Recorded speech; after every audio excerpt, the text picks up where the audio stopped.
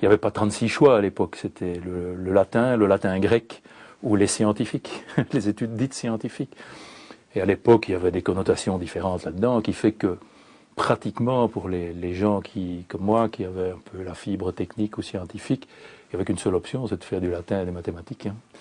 Et donc on prenait ça, et c'est là qu'on prend goût, effectivement. Goût et moins de goût, ça dépend. On est encore fort influencé à cet âge-là par les personnalités de ceux qui enseignent, plus que par le fond.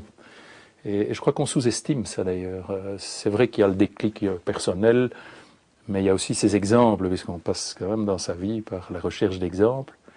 Et les gens qui nous enseignent, forcément, sont des exemples qui dépassent la matière qu'ils enseignent. Donc j'ai eu quelques professeurs intéressants au sens britannique du terme pendant mes études secondaires qui m'amenaient à continuer à essayer d'explorer la science, la technique.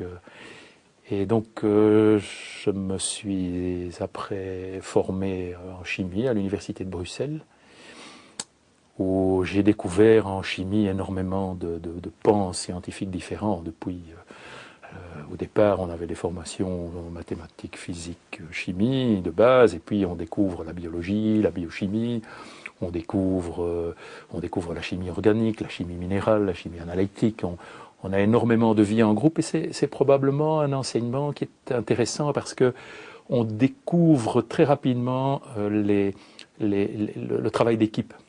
Où l'on se retrouve le travail pratique et le travail d'équipe. Donc on réalise quelque chose au bout d'une manipulation. C'est plus qu'un résultat, il y a un objet, il y a une matière, il y a quelque chose qui s'est passé. Et c'est vrai qu'en réfléchissant un peu, c'est quelque chose que j'aime bien, ça, encore aujourd'hui. Il faut qu'au bout de cette réflexion apparaisse quelque chose de concret, une matière ou quelque chose qui n'existait pas avant, qu'on vient de combiner. Et donc ces études de chimie m'ont mené graduellement aussi à travailler pratiquement, mais aussi à toucher des aspects théoriques de la chimie. Et après ça, j'ai fait un doctorat en résonance magnétique nucléaire à l'université de Bruxelles également.